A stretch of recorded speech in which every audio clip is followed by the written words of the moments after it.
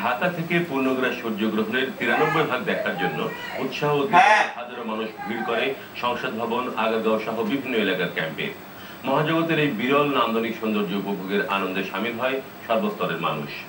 অনুসন্ধিৎসু বিজ্ঞান চক্রের আয়োজনে সংসদ ভবনের দক্ষিণ প্লাজা থেকে সূর্যগ্রহণ দেখার দৃশ্য সরাসরি সম্প্রচার করেছে চ্যানেল আই।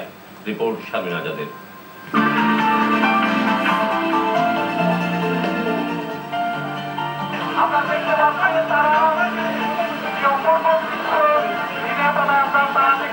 পূর্ণগ্রাস সূর্যগ্রহণ শুরু হয় ঠিক সকাল 7:56 ধীরে ধীরে চাঁদের রূপ ধারণ করে সৌরজগতের অন্যতম নক্ষত্র সূর্য। কয়েক মিনিটের জন্য পৃথিবীতে নেমে আসে অন্ধকার। পাখিরা ফিরে যায় তাদের নীড়ে, ফুটে ওঠে সন্ধ্যার ফুলও। নান্দনিক এই সৌন্দর্যে স্তব্ধ হয়ে যায় সকাল থেকে গ্রহণ দেখতে আসা মানুষেরা। সূর্যকে হাফ মুনের মতো লাগলো। হবে আজকে তো নাকি পঞ্চগণ নাকি 15টাই হয়ে যাবে, দেখা যাবে। খুবই দুর্লভ জিনিস দেখতে পাচ্ছি সেদিক দিয়ে। চোখে দেখলাম সূর্য কিভাবে ছোট হতে পারে। খুবই সুন্দর। চাঁদ যখন ঢেকে ফেলছে একদম লাস্ট মুহূর্তে, সেটা খুবই সুন্দর ছিল।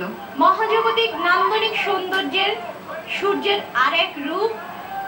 এই অপূর্ব সৌন্দর্যে সামিল হতে শত শত মানুষ জড়ো হয়েছে সংসদ ভবনের সাউথ প্লাজায়। 105 বছরে হয়তো আর দেখা যাবে না এই পূর্ণগ্রাস বলয়। সূর্যের ডায়মন্ড রিং করোনা বলয় ঢাকা থেকে দেখা যায়নি, তবে মেঘের আড়ালে সূর্যকে দেখার সৌন্দর্য অভূতপূর্ব বলে মন্তব্য করেছেন জ্যোতির্বিজ্ঞানীরা।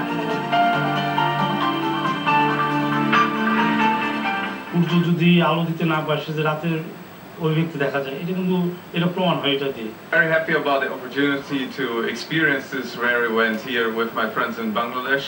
অসাধারণ বিরল মহাজাগতিক ঘটনা। আমরা যারা আকাশ দেখি বিশেষভাবে তাদের জন্য আরো বেশি। ওয়েল্ডিং ফিল্টার চোখে লাগিয়ে বিরল এই ঘটনার সাক্ষী হয়ে রইলেন আকাশ প্রেমীরা।